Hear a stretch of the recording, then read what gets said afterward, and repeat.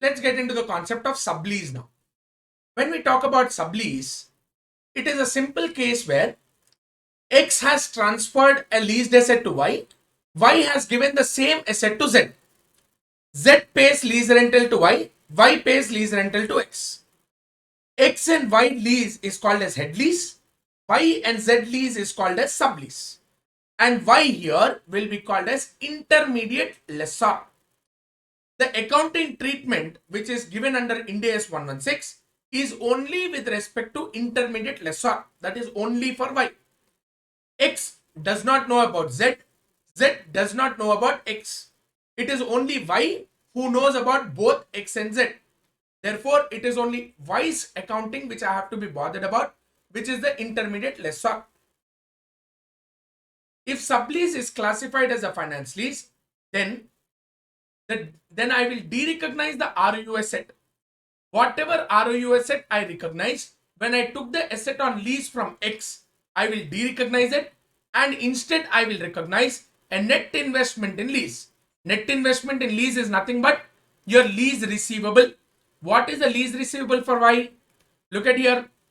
First, when Y took over the asset from X, Y will recognize ROU asset and will recognize a lease liability. But when Y has transferred the same asset to Z, he will de-recognize the ROU asset because it is Z who will recognize the ROU asset. But now Y will recognize a lease receivable from Z. Y's liability to X will always be there. So if I combine both the transaction, it will look like this. Lease receivable from Z account debit to lease liability to X. Clear? If the sublease is an operating lease, then it is not a finance lease, but it was an operating lease, then Y will still have the concept of ROU asset. ROU asset will still be there with Y. However, whatever lease rentals he collect from Z, I will treat it as an income. I will treat it as an income. Clear? ROU asset which is recognized by Y, let's say it is an operating lease. X acquired the asset from X, sorry, Y acquired the asset from X on lease. Y has given it on sublease to Z. Z, whatever lease he has given is an operating lease. So whatever Y recognized initially from when he received the lease from X, I wrote the entry as ROU asset account debit to lease liability will be intact. Whatever income I receive from Z as lease rental, I will treat it as income.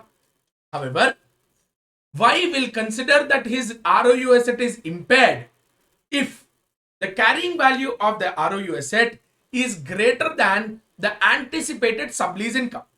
That means the total of lease receivable from Z should be more than the value of the ROU asset.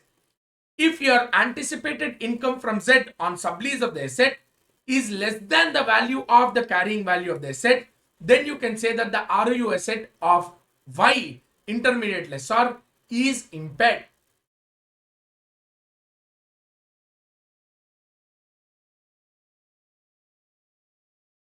This is the concept of sublease and the accounting in the books of intermediate lessor.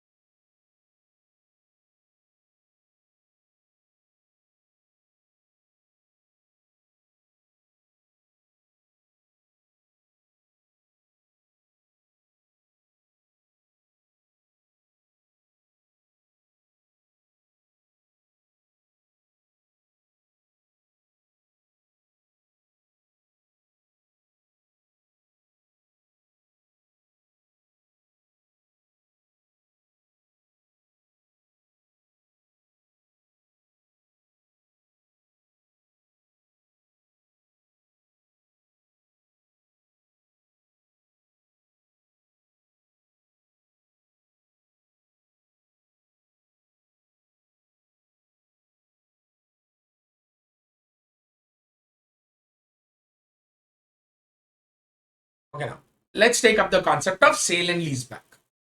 Whenever I come across this situation of sale and leaseback, observe that X sells the asset, receives consideration from Y. But Y, who is now owning the asset, will lease back the asset to X, and X will continuously pay periodic lease rent. Why does this transaction take place? Purely finance nature. Because X did not have money, he received consideration from Y. But X needs the asset. So what is doing? X is taking the asset back on lease, paying periodic lease payments to Y. Why did Y do the transaction? He has sufficient cash. So he gave that cash to X. X is paying Y over periodic lease rentals. Whenever I have this situation, in the books of X, who is the seller lessee, I will recognize an ROU asset. Seller X first will de-recognize the asset, correct? When he sold the asset, he will de-recognize the asset. But when he again took it back on lease, I will recognize the ROU asset now. When I recognize ROU asset, I'll apply this formula. Carrying value of the asset before the sale into present value of lease payments which I do divided by fair value of the asset. This is the recognition of ROU asset in the books of X, who is the seller lessee. The asset which is already owned by the X is sold to Y, so I'll de-recognize the asset at its carrying value. But at the same time, I'll also recognize a lease liability at present value. So what is the entry?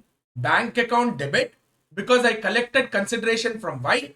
ROU asset account debit because I'm taking the asset on lease to the asset at its carrying value because I'm selling it. I'll de-recognize it, but I recognize a lease liability which has to be paid has to be paid to Y over the lease rent or over the lease term.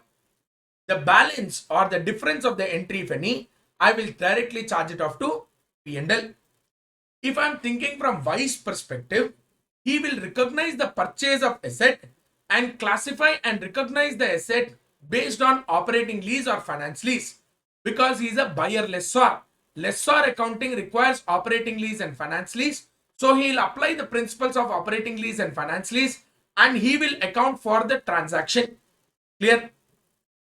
This is the concept of sale and leaseback, and that will bring us to the end of the session regarding your IND-AS 116.